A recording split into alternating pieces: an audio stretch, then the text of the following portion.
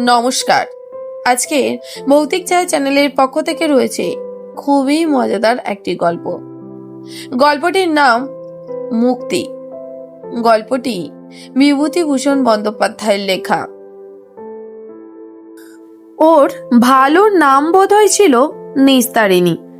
ওর যৌবন বয়সে গ্রামের মধ্যে অমন সুন্দরী বউ ব্রাহ্মণ পাড়ার মধ্যেও ছিল না। ওরা জাতে যুগী। হরিনাথ ছিল স্বামীর নাম। ভদ্রলোকের পাড়ায় ডাকনাম ছিল হরেযুগী। নিস্তারিণীর স্বামী হরিযুগী গ্রামের উত্তর মাঠে কলা বাগান ছিল বড়। কাঁচকলা ও পাকা কলা হাটে বিক্রি করে কিছু জমিয়ে নিয়ে ছোট্ট একটা মনোহারী জিনিসের ব্যবসা করে। রেশমি চুড়ি ছগাছা 1 পয়সা, দুহাতকার 1 পয়সা ইত্যাদি। প্রসঙ্গক্রমে মনে হলো কার মানে ফিতে বটে, কিন্তু কার কি ভাষা? ইংরেজিতে এমন কোনো শব্দ নেই, হিন্দি বা উর্দুতেও নেই, অথচ কার কথাটা ইংরেজি শব্দ বলে আমরা সকলেই ধরে নিয়ে থাকি। যাক, সে হরিযুগীর বাড়িতে দুখানা বড় বড় মেটে ঘর, একখানা রান্নাঘর, মাটির পাঁচিল ঘেরা বাড়ি। অনেক পুষ্যি বাড়িতে দুবেলা 15-16 খানা পাত পড়ে।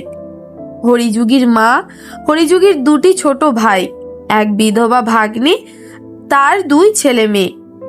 সংসার ভালোই চলে। মোটা ভাত, কলাইয়ের ডাল ও ঝিঙে ও লাল ডাঁটা চচ্চড়ির অভাব কোনোদিন হয়নি। গরুর দুধও ছিল 4-5 সের। অবশ্যই দুধের অর্ধেকটা ব্রাহ্মণ পাড়ায় যোগান দিয়ে তার বদলে টাকাও আসতো। গ্রামের মধ্যে সুন্দরী বৌঝির কথা উঠলে সকলেই বলতো হরেযুগের বউয়ের মতো প্রায় দেখতে। গ্রামের নারী সৌন্দর্যের মাপকাঠি ছিল নিস্তারিণী। গেরস্ত ঘরের বউ স্নান করে ভিজে কাপড়ে ঘোড়া কাঁখে নিয়ে যখন সে গাঙের ঘাট থেকে ফিরত, তখন তার উদ্দাম যৌবনের সৌন্দর্য অনেক প্রবীণের মুন্ডু ঘুরিয়েই দিত। এই গ্রামে একটা প্রবাদ আছে অনেক দিনের। তুলসী দারোগা নদীর ঘাটের পথ ধরে নীলকুঠির ওদিক থেকে ঘোড়া করে ফিরবার সময় তুত বটের ছায়ায় প্রস্ফুটিত তুত ফুলের মাদকতায় সুভাষের মধ্যে এই সিক্ত বসনা গৌরাঙ্গী বধূকে ঘোড়া কাঁখে যেতে দেখল। বসন্তের শেষ, ঈষৎ গরম পড়েছে, নতুবা তুত ফুলের সুবাস ছড়াবে কেন? তুলসী দারোগা ছিল অত্যন্ত দুর্ধর্ষ জাহাবাজ দারোগা।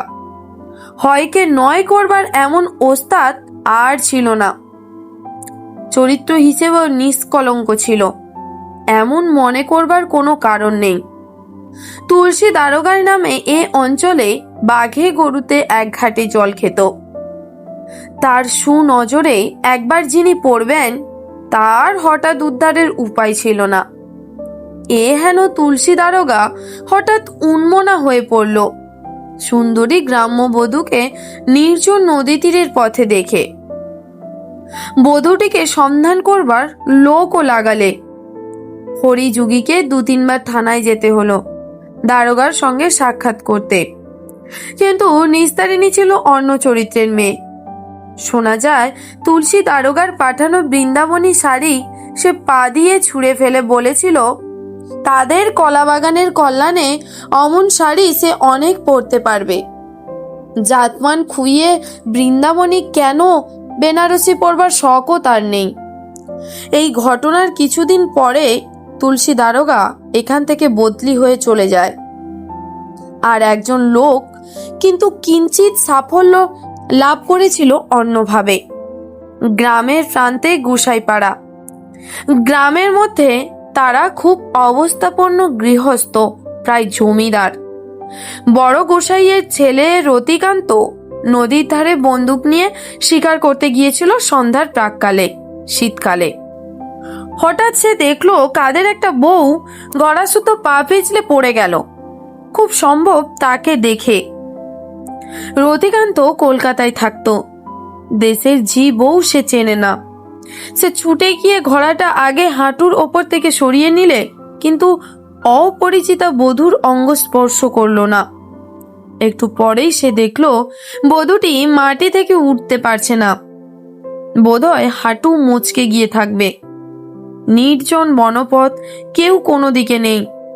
সে একটু বিব্রত হয়ে পড়ল। কাছে দাঁড়িয়ে বলল, মা, উঠতে পারবে না হাত ধরে তুলবো? তারপর সে অপরিচিতার অনুমতির অপেক্ষা না করেই তার কোমল হাতখানি ধরে বলল, ওঠো মা, আমার ওপর ভর দিয়ে, কোনো লজ্জা নেই, উঠে দাঁড়াবার চেষ্টা করো তো।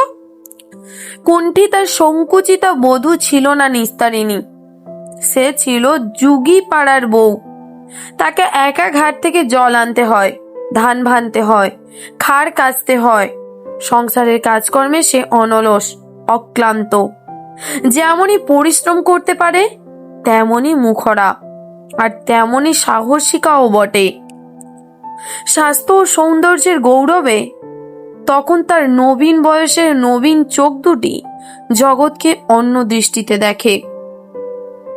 সে উঠে দাঁড়ালো রতিকান্তের সঙ্গে, কিন্তু কোনো কথা বলল না। বুঝতে পারল গোসাইপাড়ার বাবুদের ছেলে তার সাহায্যকারী। বাড়ি গিয়ে 2-3 দিন পরে সে স্বামীকে দিয়ে এক ছোড়া সুপক্ক চাপা কলা ও নিজের হাতে তৈরি বাঁশশোলা ধানের খইয়ের মুড়কি পাঠিয়েছিল গোসাই বাড়ি। বলল, আমার ছেলেকে দিয়ে এসো গে। নিস্তারিণী সেই থেকে সেই একদিনের দেখা সুদর্শন যুবকটিকে কত কি উপহার পাঠিয়ে দিত। রতিকান্তের সঙ্গে আর কিন্তু কোনোদিন তার সাক্ষাৎ হয়নি। গোসাই বাড়ির ছেলে যুগী বাড়িতে কোনো প্রয়োজনে কোনোদিন আসেনি। রতিকান্ত কলকাতাতেই মারা গিয়েছিল অনেক দিন পরে। নিস্তারিণীর 2-3 দিন ধরে চোখের জল থামেনি। এই সংবাদ যখন সে প্রথম শুনল, গ্রামের অবস্থা তখন ছিল অন্যরকম। সকলের বাড়িতে গোলা ভরা ধান, গোয়ালে 2-3টি গরু থাকতো, সব জিনিস ছিল সস্তা। নিস্তারিণীদের বাড়ির পশ্চিম উঠানে ছোট্ট একটা ধানের গোলা, কোনো কিছুর অভাব ছিল না ঘরে। বরং ব্রাহ্মণ পাড়ার অনেককে সে সাহায্য করেছে। একবার বড্ড বর্ষার দিনে সে বাড়ির পিছনের আমতলায় ওল তুলছে, এমন সময় বাড়ুজ্জে বাড়ির মেয়ে খান্তমণি এসে বলল, ও যুগী বউ। নিস্তারিণী অবাক হয়ে মুখ তুলে তাকালো। বাড়ুজ্জে বাড়ির মেয়েরা কখনো তাদের বাড়ি বেড়ার ধারে দাঁড়িয়ে কথা বলে না। সে বলল, কি দিদিমণি? একটা কথা বলবো। কি বলো দিদিমণি? আমাদের আজ একদম চাল নেই ঘরে, বাতলায় শুকোচ্ছে না। কাল ধান ভেজে 2টো চিড়ে হয়েছিল, তোমাদের ঘরে চাল আছে? কাটাখানেক দেবে? নিস্তারিণী এদিক ওদিক চেয়ে দেখল তার খান্ডার শাশুড়ি কোনো দিকে আছে কিনা। পরে বলল, দাঁড়াও দিদিমণি, দেবানি চাল ঘরে আছে। শাশুড়িকে লুকিয়ে দিতে হবে, দেখতে পেলে বড় বকবে আমারে। তা বকুক গে, তা বলে বামুনের মেয়েকে বাড়ি থেকে ফিরিয়ে দেব? আর একবার বাড়ুজ্জে বাড়ির বউ তার বৃদ্ধা শাশুড়িকে ঝগড়া করে বাড়ি থেকে তাড়িয়ে দিয়েছিল। সে বউ ছিল গ্রামের মধ্যে নাম ডাকওয়ালা খান্ডার বউ। শাশুড়ির সঙ্গে প্রায়ই ঝগড়া বাঁধাতো। কেরোসিনের টেমি ধরিয়ে শাশুড়ির মুখ পুড়িয়ে দিয়েছিল। পাড়ার কেউ ভয়ে বৃদ্ধাকে স্থান দিতে পারেনি। যে আশ্রয় দেবে তাকেই বড় বউয়ের গালাগালি খেতে হবে। যুগী বউ দেখলে বাড়ুজ্জে বাড়ির বেড়ার কাছে বড় সেগুন তলায় ছায়ায় নঠাকুরন চুপ করে দাঁড়িয়ে হাপুস নয়নে কাঁদছেন। গিয়ে বললেন, নঠাকুরন আসুন, আমাদের বাড়ির দাওয়াতে বসবেন। বউ বকেছে বুঝি? নঠাকুরন সুচিবে মানুষ। তাছাড়া বাড়ুজ্জে বাড়ির গিন্নি হয়ে যুগী বাড়ি আশ্রয় নিলে মান থাকে না। সুতরাং প্রথমে তিনি বললেন, না বউ, তুমি যাও। আমার কপালে এ যখন চিরদিনের, তখন তুমি একদিন বাড়িতে ঠাঁই দিয়ে আমার কি করবে? নগের বউ যেদিন চটকাতলায় চিতেই শোবে, সেদিনটি ছাড়া আমার শান্তি হবে না মা। ওই কাল নাগিনী যেদিন আমার নগের ঘাড়ে চেপেছে। নিস্তারিণী ভয়ে ভয়ে বলল, চুপ করুন নগিনী, বউ শুনতে পেলি আমার এস্তক রক্ষে রাখবে না। আসুন আপনি আমার বাড়িতে, এইখানে দাঁড়িয়ে কষ্ট পাবেন কেন মিছে? নগিন্নিকে বাড়ি নিয়ে গিয়ে সে নিজের হাতে তার পা ধুইয়ে দিয়ে সিঁড়ি পেতে দাওয়ায় বসালো। কিছু খেতে দেওয়ার খুব ইচ্ছে থাকলেও সে বুঝলো বড় ঘরের গিন্নি নঠাকুরন এ বাড়িতে কোনো কিছু খাবে না, খেতে বলাও ঠিক হবে না। সে ভাগ্য সে করেনি। অনেক রাত্রে গিন্নির বড় ছেলে নগেন খুঁজতে খুঁজতে এসে যখন মায়ের হাত ধরে নিয়ে গেল, তখন নিস্তারিণী অনেক অনুনয় বিনয় করে বড় একছড়া মর্তমান কলা তাকে দিয়ে বলল, নিয়ে যান দয়া করে, আর তো কিছুই নেই, কলা বাগান আছে, কলা ছাড়া মানুষকে হাতে করে আর কিছু দিতে পারিনি। তার স্বামী সেবার রামসাগরের চড়কের মেলায় মনোহারী জিনিস বিক্রি করতে গেল। যাওয়ার সময় নিস্তারিণী বলল, ওগো আমার জন্য কি আনবা?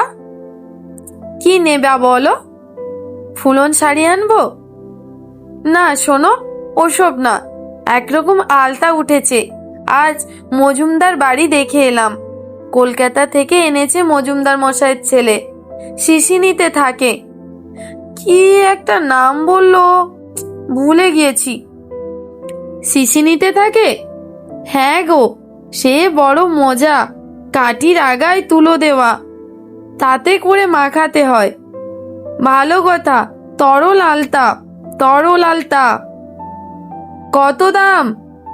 10 পয়সা। হ্যাঁ গা, আনবে এক শিশিনি আমার জন্য? দেখবো এখন, গোটা 5 টাকা যদি খেয়ে দিয়ে মুনাফা রাখতে পারি তবে এক শিশিনি ওই যে কি আলতা তোর জন্যে ঠিক এনে দেব। এইভাবে গ্রামের ব্রাহ্মণ পাড়ার সাথে টেক্কা নিয়ে নিস্তারিণী প্রসাধন দ্রব্য ক্রয় করেছে। তাদের পাড়ার মধ্যে সেই সর্বপ্রথম তরল আলতা পায়ে দেয়। শূদ্র পাড়ার মধ্যে ও জিনিসের একেবারে নতুন, কখনো কেউ দেখেনি। আলতা পরবার সময় যে দেখতো সেই অবাক হয়ে থাকতো। হাজুরি বুড়ি মাছ বেচতে এসেছে একদিন, সে অবাক হয়ে বলল, হ্যাঁ রে বড় বউ, ওর শিশিনিতে কি কি মাখাচ্ছে ও পায়ে? নিস্তারিণী সুন্দর রাঙা পা দুখানি ছড়িয়ে আলতা পরতে বসেছিল। একগাল হেসে বলল, এ আলতা দিদিমা, এরে বলে তরল আলতা। ওমা, পাতা আলতাই তো দেখে এসেছি চিরকাল, শিশিনিতে আলতা থাকে কখনো তো শুনিনি। কালে কালে কতই দেখলাম, কিন্তু বড় চমৎকার মানিয়েছে তোমার পায়ে বউ। এমনই টুকটুকে রং, যেন জগদ্ধাত্রী পিতিমের মতো দেখাচ্ছে। এসব 30-35 বছর আগেকার কথা। শীতের সকালবেলা ওদের বড় ঘরের দাওয়ায় ছেঁড়া মাদুরে ছেঁড়া কাঁথা গায়ে নিস্তারিণী শুয়ে আছে। সংসারের সাবেক অবস্থা আর নেই। হরিযুগী বহুদিন মারা গিয়েছে। হরিযুগীর একমাত্র ছেলে সাধনও আজ 3-4 বছর একদিনের জ্বরে হঠাৎ মারা গিয়েছে। সুতরাং নিস্তারিণী এখন স্বামী পুত্রহীনা বিধবা। তার শাশুড়ি এখনো বেঁচে আছে, আর আছে এক বিধবা যা, যায়ের এক মেয়ে এক ছেলে। 35 বছর আগের সে উচ্ছল যৌবনা সুন্দরী গ্রাম্য বধূটিকে আজ আর রোগগ্রস্তা শীর্ণ কায়া মলিন বসনা পৌড়ার মতো খুঁজেও পাওয়া যাবে না। হরিযুগের মৃত্যুর সঙ্গে সঙ্গে তাদের সে গোয়াল ভরা গরু, গোলা ভরা ধান অন্তর্নিহিত হয়েছে। ঘরের চালে খড় নেই। 3-4 জায়গায় খুঁটি দেওয়া খসে পড়া চালে বর্ষার জল আটকায় না। গত বর্ষায় চালের ওপর উচ্ছলতা গজিয়ে একদিকে ঢেকে রেখেছে। মাটির দাওয়ায় খানিকটা ভেঙে পড়েছে। পয়সার অভাবে সারানো হয়নি। কষ্টে সৃষ্টে সংসার চলে। সংসারের কর্তা, যার আয়ে সংসারের স্ত্রী, সে চলে যাওয়ায় নিস্তারিণীর আদর এ বাড়িতে আর নেই। আগে সেই ছিল সংসারের কর্ত্রী, এখন তাকে পরের হাত তোলা খেয়ে থাকতে হয়। তার ছেলে সাধন বাপের মনোহারী দোকান আর কলা বাগান কোনো রকমে বজায় রেখেছিল। 3 বছর আগের এক ভাদ্র মাসে খুব বৃষ্টির পরে সাধন নদীর ধারে কলা বাগানে কাজ করতে গিয়ে সেখানেই মারা যায়। কেন মারা যায় তার কারণ কিছু জানা যায়নি। সন্ধ্যা পর্যন্ত সাধন ফিরল না দেখে তার ঠাকুমা নাতিকে খুঁজতে বার হচ্ছে। এমন সময় বেলেডাঙ্গার 2জন মুসলমান পথিক এসে খবর দিল, সাধন মুখ গুজরে কলা বাগানের ধারের পথে কাদার ওপরে পড়ে আছে, দেহে বোধহয় প্রাণ নেই। সকলে ছুটতে ছুটতে গেল। গ্রামের লোক ভেঙে পড়ল। সকলে গিয়ে দেখল সাধন সত্যিই উপুর হয়ে কাদার ওপর পড়ে, সর্বাঙ্গ কাদা মাখা। তার ওপর দিয়ে এক পশলা বৃষ্টিও হয়ে গিয়েছে। যেখানে শুয়ে আছে সেখানটা রক্ত পড়ে অনেকখানি জায়গাটা রাঙা, খানিকটা বৃষ্টির জলে ধুয়েও গিয়েছে। রক্তটা পড়েছে সাধনের মুখ থেকে। গরিবের ঘরের ব্যাপার 2 দিনেই মিটে গেল। সংসারের অবস্থা আরো খারাপ হয়ে পড়ল। ক্রমে বাড়িতে উপার্জন কম পুরুষ মানুষের মধ্যে বাকি কেবল হরিযুগীর ভাই যুগলের ছেলে বলাই। যুগলও বহুদিন পরলোকগত। দাদার মৃত্যুর পর বৎসরেই সে বিধবা স্ত্রী ও 2 বছরের শিশু পুত্রকে রেখে মারা যায়। বলাই এখন 16 বছরের, বেশ কর্মঠ, স্বাস্থ্যবান বালক। নিস্তারিণীকে এখন আদর করে নিস্তার বা বড় বউ বলে কেউ ডাকে না, যে ডাকতো সে নেই। এখন তার নাম সাধনের মা, কেউ ডাকে পিন্টুর ঠাম্মা। পিন্টু সাধনের শিশুপুত্র, এখন তার 3 বছর বয়স। সাধনের বিধবা বউয়ের বয়স এই সবে 17। নিস্তারিণী ডাক দিল, ও পিন্টু, পিন্টু। পিন্টু উঠোনের আমতলায় খেলা করছিল। কাছে এসে বলল, কি ঠাম্মা, তোর মাকে একবার ডেকে দে। পিন্টুর ডাকে তার মা এসে দাওয়ার ধারে দাঁড়িয়ে বলল, কি হয়েছে, ডাকছো কেন? আমি আজ 2টো ভাত খাবো, বলো তো ঠাকুরমাকে। পুত্রবধূর ঝংকার দিয়ে বলল, ভাত বললেই অমন ভাত, খাবা কোথা থেকে? সে আমি বলতে পারবো না ঠাকুরমাকে। তবে এককাল খই কি চিড়ে ভাজা যা হয় দে, এখন খিদেই মরলাম। হ্যাঁ, আমি তোমার জন্য বামুন পাড়ায় বেরোই লোকের দৌড়ে দৌড়ে। অসুখ হয়েছে, চুপ করে শুয়ে থাকো বাবু। ওরা ওই রকম। সাধনের বউ মুখ ঝংকার দেয়, তাকে একেবারেই মানে না। সেকালের আর একালের মেয়েতে কি তফাৎ, তাই সে ভাবে এক এক সময়ে। তারও একদিন 17 বছর বয়স ছিল। কখনো শাশুড়ির একটা কথার অবাধ্য হতে সাহস হতো না।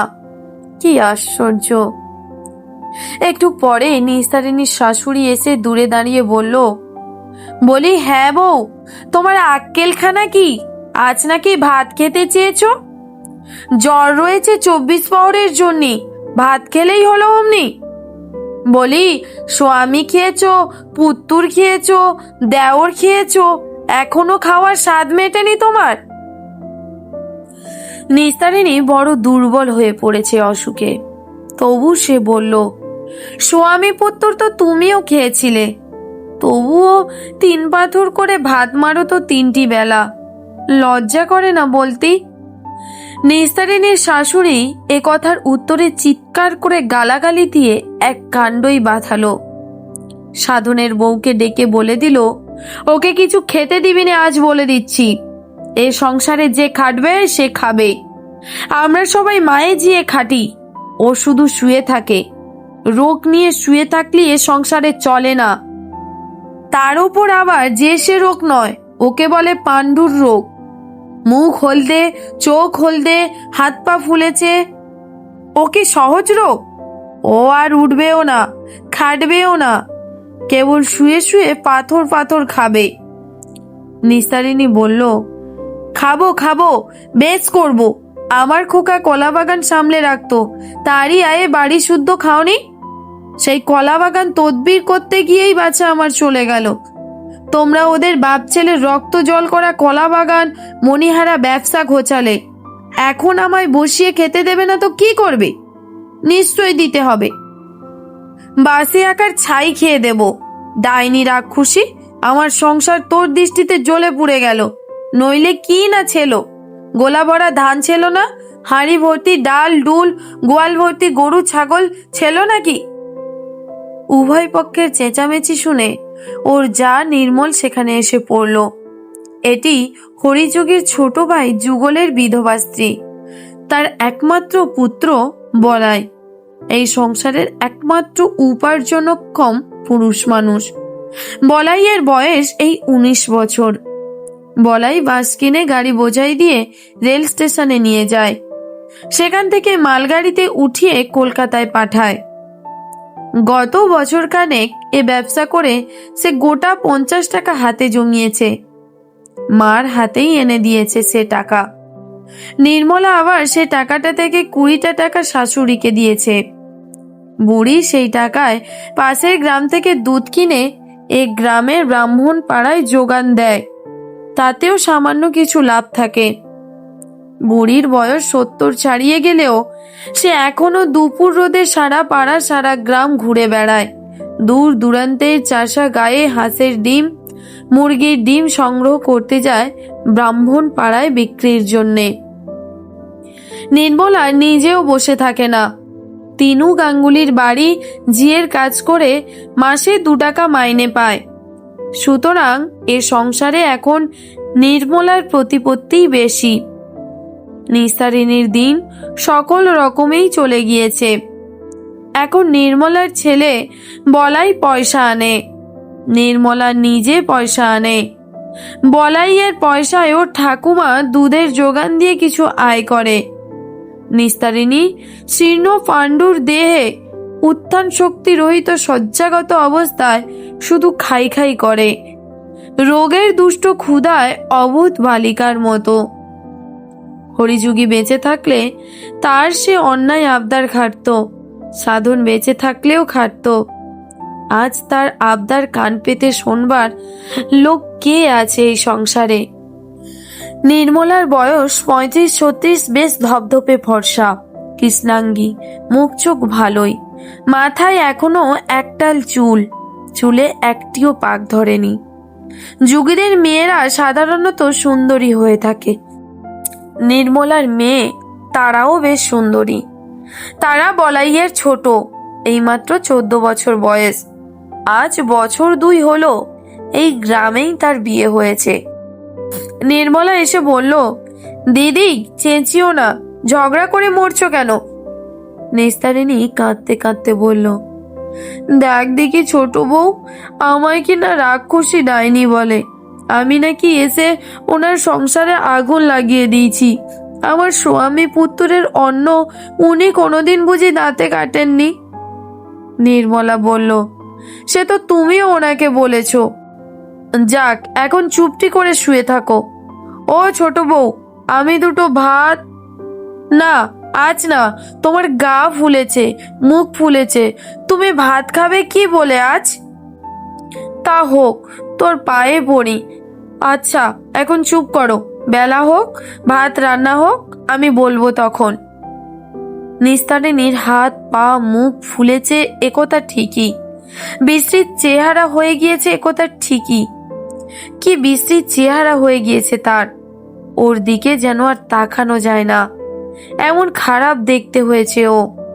যত্ন করবার কেউ না থাকাতে আরো দিন দিন ওর অবস্থা খারাপতর হয়ে উঠেছে। খেতে ইচ্ছে করে, কিন্তু আগ্রহ করে খেতে দেবার কেউ নেই। রোগীর পথ্য তো দূরের কথা, 2টি ভাত তাই কেউ দেয় না। ক্ষুধার জ্বালা সহ্য করতে না পেরে বেলা 10টা আন্দাজ সময়ে সে নাতিকে ডেকে চুপি চুপি বলল, পিন্টু, 2টো পেয়ারা আনতে পারিস? পিন্টুর মা ছেলেকে বলে, খবরদার, যাবিনি বুড়ির কাছে। ওর পাণ্ডুর রোগ হয়েছে, ছোঁয়াচে রোগ। ছেলে খেয়ে বসে আছে ডাইনি, আবার নাতিকে খাবার জোগাড় করছে। ঠ্যাং ভেঙে দেবো যদি ওর কাছে যাবি। বেলা দুপুরের পরে সে ভীষণ জ্বরে বিকেল পর্যন্ত অঘরে বেহুশ হয়ে পড়ে রইল। কখন যে এবাড়ির লোকে খাওয়া দাওয়া করেছে তা সে কিছুই জানে না। যখন তার খানিকটা জ্ঞান হলো তখন ভাদ্র মাসের রোদ, প্রায় রাঙা হয়ে উঠোনের আম গাছটা বাঁশঝাড়গুলোর আগায় উঠে গিয়েছে। মুখের কথাটা খুলে দিয়েই ও চি চি করে প্রথমেই ডাকলেও পিন্টু পিন্টু। পিন্টু কোথা থেকে ছুটে এসে বলল, কি ঠাম্মা, আমার জন্য সেই পেয়ারাটা আনলি? না ঠাম্মা, আনিসনি। ছেলে মানুষ ভুলে গিয়েছিস? বস এখানে। কিন্তু পিন্টু বলতে ভরসা পায় না, মা দেখতে পেলে মার খেতে হবে। সে আনমনে খেলা করতে করতে অন্য দিকটাই চলে যায়। একটু পরে নিস্তারিণী আবার ডাকলো, ছোট, ও ছোট বউ। কেউ উত্তর দিল না, কারণ এ সময় বাড়িতে কেউ থাকে না। আরো দুবার ডাক দিয়ে নিস্তারিণী অবসন্ন হয়ে পড়ল। তার বেশি চেঁচামেচি করবার ক্ষমতা নেই। বেশ খানিকক্ষণ পরে নির্মলার মেয়ে তারা এসে বলল, হ্যাঁ জ্যাঠাইমা, ডাকছিলে? নিস্তারিণী চি করতে করতে বলল, কাতরে কাতরে মরে গেলাম, তা যদি তোমাদের একজনও উত্তর দেবে। একজন এমন রুগী বাড়িতে রয়েছে, বস এখানে একটু। তারা ওর মায়ের মতো ছিপছিপে গড়নের সুন্দরী বালিকা, নতুন বিয়ের কোণে, পাশেই শ্বশুর বাড়ি, নবীন যুগীর ছেলে অভিরাজ তার স্বামী। এইমাত্র শ্বশুর বাড়ি থেকেই আসছে, আসবার কারণ অন্য কিছু নয়। অভিলাষ এক্ষুনি গরম মুরগি মেখেছে। বালিকা স্ত্রীকে আদর করে বলেছে, তোদের বাড়ি থেকে ধামি নিয়ে আয়, মুরগি খেতে দেব। এই জন্যেই তার আগমন। রোগগ্রস্ত জ্যাঠাইমা বুড়ির বকুনি শুনবার জন্য সে এখন এখানে বসতে আসেনি। সুতরাং সে বিব্রত মুখে বলল, ও জ্যাঠাইমা, আমি এখন বসতে পারবো না। তোমার জামাই মুরগি মেখেছে, নিয়ে বেলেডাঙ্গায় ফিরি করতে বেরুবে। তোর মা কোথায়? বাড়িতে কেউ নেই, মা গাঙ্গুলি বাড়ি কাজ করতে গিয়েছে, ঠাকুমা নরহরিপুরে হাঁসের ডিম আনতে গিয়েছে। আর পিন্টুর মা কোথায়? ওই যে শিউলিতলায় বসে বাসন মাজছে, একটু ডেকে দিয়ে যা দিকি মা। পরে সুর খুবই নিচু করে বলল, মা, দুটো মুরগি অভিলাষের কাছ থেকে নিয়ে আয় না, আমার নাম যেন করিস নে। তারা বলল, সে আমি পারবো না, অসুখ গায়ে মুরগি খাবে কি? তারপর শেষকালে ঠাকমা টের পেলে আমায় বকে ভূত ঝাড়াবে। চললাম আমি। ও বৌদিদি, শুনে যাও, জেঠিমা ডাকছে। পুত্রবধূ বিরক্ত মুখে এসে দূরে উঠোনে দাঁড়িয়ে বলল, বলি, ডাকের ওপর ডাক কেন অতেও? আমার সংসারে কাজকর্ম নেই না? তোমার কাছে বসে থাকলে চলবে? কি বলছো বলো? নিস্তারিণী কাতর সুরে বলল, তা রাগ করিস নে আমার ওপর বৌমা, আমায় দুটো ভাত দে। দি, জ্বরে বেরুস হয়ে পড়ে আছো, ভাত না খেলে কি চলে? তবে আমি কি খাবো, খিদে পায় না। আমি জানি নে, আদিক্ষেতার কথা শোনো, খিদে পায় তা আমি কি করব? ঠাকমা এলে বলো, ঠাকমা না বললে আমি ভাত দিতে পারবো না। পিন্টু কোথায়? একটু ডেকে দে আমার কাছে, বড্ড ইচ্ছে করছে দেখতি। পুত্রবধূ ঝংকার দিয়ে বলে উঠল, অত সোয়াগের আর কাজ নেই, ছেলের মাথা খেয়ে বসে আছে, এখন নাতিটি বাকি। মিনতির সুরে বলল, অমন করে বলতে নেই বৌমা, তা দে ডেকে, কিচ্ছু হবে না, দে একবার ডেকে। পুত্রবধূ হাত পা নেড়ে বলল, না না, হবে না, তোমার পাণ্ডুর রোগ হয়েছে, বিশ্রী ছোঁয়াচে রোগ, আমি ছেলে পাঠাতে পারবো না তোমার কাছে, গেলেই আমারই যাবে, তোমার কি? কথা শেষ করে মুখ ঘুরিয়ে পুত্রবধূ চলে গেল। নিস্তারিণীর দুই চোখ দিয়ে ঝরঝর করে জল গড়িয়ে পড়ে ছেঁড়া ময়লা তেলচিটে বালিশটা ভিজিয়ে দিল। এমন কথাও লোক কি লোকে বলে, তাও নিজের পুত্রবধূ। সাধনের নাম রেখেছে ওই ধুলো গুঁড়োটুকু, ওই অবোধ শিশু। মাছ সাত ভেয়ে কালী তার মঙ্গল করুন, মঙ্গল করুন। সে না তার ঠাকুমা বৌমা বলে কিনা গেলে তারই যাবে। সন্ধ্যার কিছু পূর্বে নির্মলা বামুনবাড়ির কাজকর্ম সেরে ফিরে এলো। বড় জায়ের কাছে গিয়ে বলল, কেমন আছো দিদি, দেখি গা দেখি। নিস্তারিণী না ঘুম না জ্বরে আচ্ছন্ন মতো হয়ে পড়েছিল। কপালে ঠান্ডা হাতের স্পর্শ পেয়ে জেগে উঠে বলল, কে? ছোট বউ, তুই আবার আমায় ছুলি কেন? তোর পাছে পাণ্ডুর রোগ হয়? আজ আমায় বৌমা বলেছে। হ্যাঁ ছোট বউ, সাধনের ছেলে আমার কেউ নয়। বলো তুমি। নিস্তারিণী নিঃশব্দে কাঁদতে লাগলো। নির্মলা বলল, চুপ করো, চুপ করো দিদি, সবই তোমার কপাল। পৃথিবীর মতো বউ ছিল, সব তো দেখেছি। স্বভাব চরিত্রের সম্বন্ধে কেউ একটা কথা বলতে পারেনি কোনোদিন। কেন দেওরদের কোলে পিঠে করে মানুষ করিনি? আমি যখন ঘর করতে এলাম, তোর স্বামী তখন 9 বছরের ছেলে। আমার পাত থেকে বেগুন পোড়া ভাত মেখে খেত। আর আজ আমি হয়েছি নাকি ডাইনি। চুপ করো দিদি, এসব কথা আমি সব জানি। এখন কি খাবে তাই বলো। নিস্তারিণী মিনতির সুরে বলল, 2টো ভাত। না, আমায় বকিও না, সারাদিন কাজ করে দুঃখ ধান্দা করে এলাম। 2টো মুড়ি নিয়ে এসেছি। শোনো ছোট বউ, অভিলাষ আজ গরম মুড়কি মেখেছে, তারা বলে গেল। না, সেসব হবে না, গুড়ের মুড়কি জ্বর হলে খায় না। 2টো তেল নুন দিয়ে মুড়ি মেখে দিগে, খেয়ে 1 ঘটি জল খেয়ে আজ রাত্রির মতো পড়ে থাকো। শুনেছ কাণ্ড, বাজারে নাকি চালের পালি 1.5 টাকা, ভাত আর খাতি হবে না। বলাই আর কত রোজগার করবে? কি করে এই বিধবার পুরি চালাবে? ধান পুড়িয়ে এসেছে, এবার আমাদের মতো গরিবদের না খেয়ে মরণ। নিস্তারিণী স্তব্ধ হয়ে শুনল। অসুস্থতার দরুন সে বহুদিন অবধি বৈষয়িক ব্যাপারে নিস্পৃহ, তবুও 1.5 টাকা 1 পালি চাল শুনে সে যেন অত জ্বরের ঘোরের মধ্যেও চমকে গেল। সেকালে যে তাদের গোলার ধান বিক্রি হয়েছে 18 আনা করে সরু বাঁশশোলা ধানের মন, মনে আছে? একবার তার প্রথম পুত্রের অন্নপ্রাশনের জন্য গোলা থেকে 25 টাকার ধান বিক্রি হয়। 5 শিকা ছিল 1 মণ ধানের দাম। নিজের হাতে সে কত ধান বিলিয়ে দিয়েছে।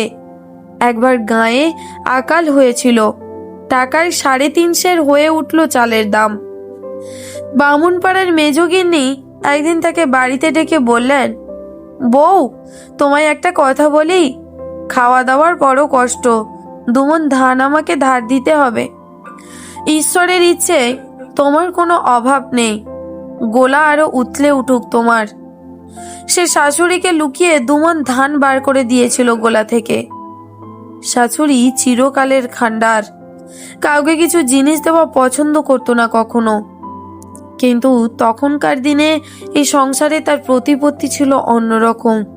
সে যা করবে তাই হবে, তার ওপর কথা বলবার কেউ ছিল না। কোথায় গেল সেসব দিন? সন্ধ্যা উত্তীর্ণ হয়ে গিয়েছে।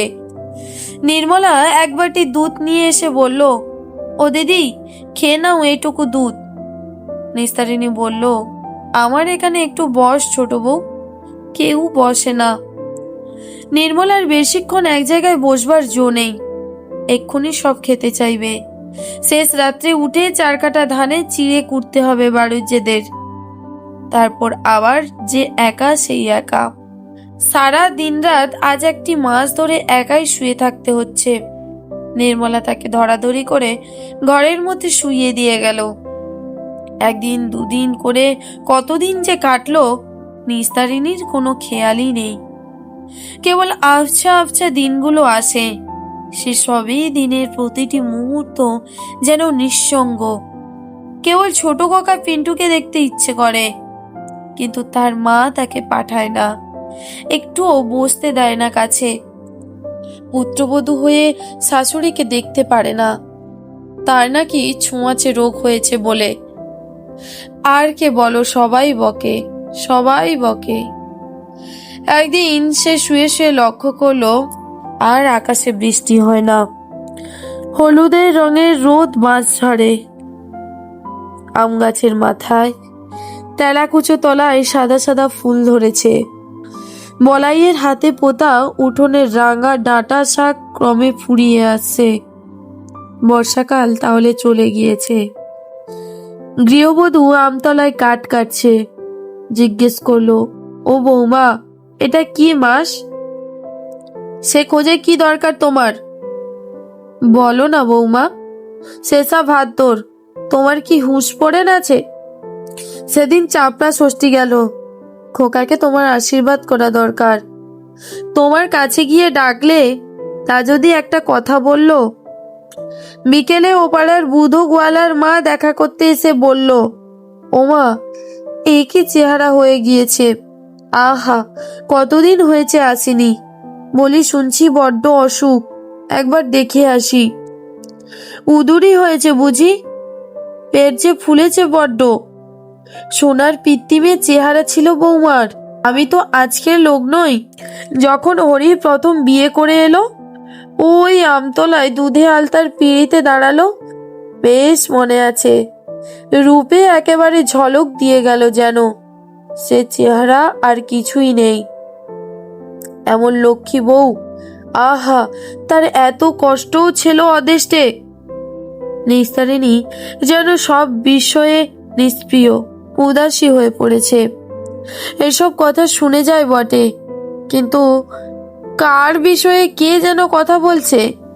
সেকালের সে বড় বউ তো কোনো কালে মরে হেজে গিয়েছে। সে রূপসী লক্ষ্মীর মতো সংসার জোড়া বড় বউ কোথায় আজ? কেবল খেতে ইচ্ছে হয়। পান্তা ভাত কতকাল খায়নি, কেউ দেয় না, দেখাই করে না এসে। সন্ধ্যার পরে নির্মল এসে একটু কাছে বসে, বলে, ও দিদি, তোমার জন্য একটা জিনিস এনেছি মনিব বাড়ি থেকে। নিস্তারিণী ব্যগ্রভাবে বলে, কি কি? চুপ করো, দুটো তালের বড়া। গিন্নি ভাজছে, তা আমাকে খেতে দিল, কতকাল খাইনি। নির্মলা বেশিক্ষণ বসতে পারে না। রান্নাঘরে খই ভেজে দিতে হবে জামাই অভিলাষকে। তারা বলে দিয়েছে কাল মুরগি মাখবে সকালবেলা।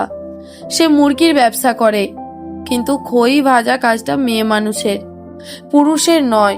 ওটা শাশুড়ি বিনা সাহায্যে সম্পূর্ণ হয় না। রান্নাঘরে যেতে সাধনের বউ বলল, কাকিমার বুড়ির কাছে রোজ বসা চাই। অমন ফুলে ঢোল হয়ে উঠেছে, পাপের দেহ তাই কষ্ট পাচ্ছে, নইলে মরে যেত কোন কালে। নির্মলা ধমক দিয়ে বলল, অমন বলিস নে বৌমা, মুখে পোকা পড়বে। সতীলক্ষ্মী মেয়ের নামে কিছু বলো না, তোর আপন শাশুড়ি না? তুই ওসব কথা মুখে বের করিস কি করে? আজই না হয় অমন হয়ে গিয়েছে, ও যে কি ছিল আমি তো সব দেখেছি। এই সংসারে যা কিছু ঝক্কি চিরকাল ও পুইয়েছে। দেওরদের মানুষ করা, বিয়ে থাওয়া দেওয়া, ও না থাকলে সংসার টিকতো না। আজ না হয় ওর। সাধারণ বউ ঠোঁট উল্টে বলল, হোক গে, যাক বাপু, ও নিজের ছেলে খেয়েছে, ওর ওপর আমার এতটুকু ছেদ্দা নেই, যতই বলো। ও খেয়েছে? কি বলিস বৌমা, ও ছেলে খেয়েছে? যাওয়ার অদেষ্টে যায় চলে, কার দোষ দেব?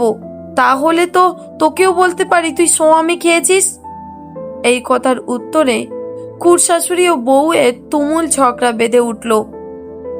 আশ্বিন মাসের মাঝামাঝি, পুজো প্রায় এসে পড়েছে। নিস্তারিণী একেবারে উত্থান শক্তিহীন হয়ে পড়েছে। দিনের অর্ধেক সময় তার জ্ঞান থাকে না। একবার চেতনা সজাগ হয়ে ওঠে, তখন কেবল এদিক ওদিক চেয়ে নাতিকে খোঁজে, নির্মলাকে খোঁজে। ওর মলিন বিছানা, ওর সারা দেহে কেমন একটা দুর্গন্ধ বলে আজকাল কেউই কাছে আসতে চায় না। কোনোদিন বা সাধনের বউ দুটি ভাত দিয়ে যায়, সেদিনও চোখ মেলে ভাত খাবার চেষ্টা করলো, কিন্তু পারল না। অনেকক্ষণ পরে পুত্রবধূ বলল, ভাত খাওনি যে, খাইয়ে দেব? নিস্তারিণী অবাক হয়ে গেল, অসুখের ঘরের মধ্যেও। বলল, তাই দে বৌমা। সাধনের বউ ভাত দুটি খাইয়ে এঁটো থালা নিয়ে চলে গেল। একটু পরে নির্মলা বাড়ি এলো। রোগীকে দেখতে গিয়ে ওর মনে হলো অবস্থা ভালো নয়। আপন মনে বলল, ঠাকুর, ওকে মুক্তি দাও, বড়ই কষ্ট পাচ্ছে। প্রতিদিন সন্ধ্যায় যেমন নিস্তারিণীর জ্ঞান হয়, আজও তেমনি হলো। যাকে অবোধ বালিকার মতো আবদারের সুরে বলল, দুটো পান্তা ভাতের ইলিশ মাছ ভাজা খাবো। নির্মলা 2-3 দিন চেষ্টার পরে অতি কষ্টে এই যুদ্ধের বাজারে ইলিশ মাছ জুটিয়ে এনেছিল, কিন্তু যাকে খেতে দিতে পারেনি। নিস্তারিণীর অবস্থা ক্রমেই খারাপের দিকে ঝুঁকলো। পরদিন দুপুর থেকে সে অসুখের ঘরে কোনো বিস্তৃত পথ বেয়ে ফিরে এলো তার যৌবন দিনের দেশে। বাড়ুজ্যেদের নগিন্নি যেন এসে হেসে হেসে বলছেন, আমায় আজ 2 কাঠা চাল ধার দিতে হবে বউ। বৌমা তাড়িয়ে দিয়েছে বাড়ি থেকে, তুমি না দিলে দাঁড়াবো কোথায়? সেসব লোক কত কাল আগে চলে গিয়েছে। তারা যেন এসে দিন রাত ওর বিছানার চারিপাশে ওকে ঘিরে ভিড় করেছে। বহুদিন পূর্বে শরৎ অপরাহ্নের মতো হাট থেকে ফিরে ওর স্বামী যেন হাসি মুখে বলছে, ও বড় বউ, কলা বিক্রির দারুণ টাকাগুলো এই নাও, তুলে রেখে দাও। আর এই ইলিশ মাছটা ভারী সস্তা আজ বটে। ওর সব দুঃখ, সব অপমান, অনাদরের দিনের হঠাৎ আজ এমন অপ্রত্যাশিতভাবে অবসান হলো কিভাবে? নিস্তারিণী অবাক হয়ে যায়, বুঝতে পারে না কোনটা স্বপ্ন আর কোনটা সত্য। সে একগাল হেসে স্বামীর হাত থেকে ইলিশ মাছটা নেবার জন্য হাত বাড়ায়। নির্মলা চোখ মুছতে মুছতে বলল, সতী লক্ষ্মী স্বর্গে চলে গেল, বৌমা পায়ের ধুলো নে। তারপর সে নিজেও ঝুঁকে পড়ে মাতৃসমা বড় জায়ের পায়ে হাত ঠেকায়।